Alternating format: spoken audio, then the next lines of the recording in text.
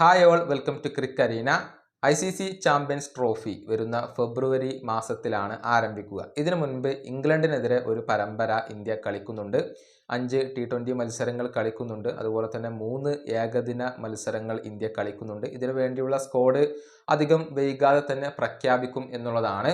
Champions ട്രോഫിയിൽ wicket keeper പൊസിഷനിലേക്ക് ആരെ പരിഗണിക്കണം എന്ന കാര്യത്തിൽ ആരാധകർക്കിടയിൽ ഇപ്പോഴും തർക്കങ്ങൾ മുറുകുകയാണ്. പ്രത്യേകിച്ച് സോഷ്യൽ മീഡിയയിൽ അത്തരത്തിലുള്ള വാഗ്വാദങ്ങൾ നമുക്ക് കാണാൻ കഴിയും.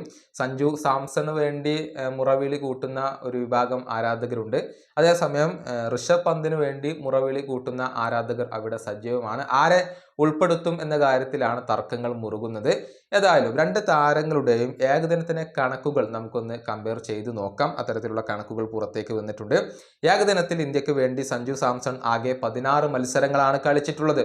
അതിൽ നിന്ന് 510 റൺസാണ് അദ്ദേഹം നേടിയിട്ടുള്ളത്. ശരാശരി വരുന്നത് 56.5 ആണ്. മികച്ച ഒരു ശരാശരി അവകാശപ്പെടാൻ സഞ്ജുവിന് കഴിയുന്നുണ്ട്. 99.6 ആണ് അദ്ദേഹത്തിന്റെ സ്ട്രൈക്ക് റേറ്റ് വരുന്നത്. 2 തവണ മാൻ ഓഫ് ദി മാച്ച് പുരസ്കാരം സ്വന്തമാക്കാൻ സഞ്ജുവിന് കഴിഞ്ഞിട്ടുണ്ട്. ഇങ്ങനെയാണ് ഈ ഒരു മലയാളി താരത്തിന്റെ കണക്ക് വരുന്നത്. ഇനിയിപ്പോൾ ഋഷഭ് പന്തിന്റെ കാര്യത്തിലേക്ക് വരുമ്പോൾ ഏകദിനത്തിൽ അദ്ദേഹം ആകെ 31 മത്സരങ്ങളാണ് കളിച്ചിട്ടുള്ളത്. അതിൽ നിന്ന് 871 റൺസാണ് അദ്ദേഹം സ്വന്തമാക്കിയിട്ടുള്ളത്. 33.5 ആണ് അദ്ദേഹത്തിന്റെ ആവറേജ് വരുന്നത്. 106.2 ആണ് സ്ട്രൈക്ക് റേറ്റ് വരുന്നത്. ഒരു മാൻ ഓഫ് ദി മാച്ച് പുരസ്കാരം സ്വന്തമാക്കാൻ അദ്ദേഹത്തിന് കഴിഞ്ഞിട്ടുണ്ട്. ഇങ്ങനെയാണ് പന്തിന്റെ കണക്കുകൾ വരുന്നത്. കാര്യങ്ങൾ വളരെ വ്യക്തമാണ്.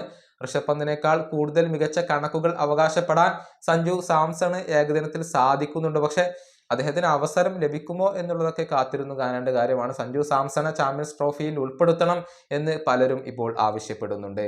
ഈ വീഡിയോയുടെ അവസാനിപ്പിക്കുന്നു. അടുത്ത വീഡിയോയുമായി വീണ്ടും കാണാം.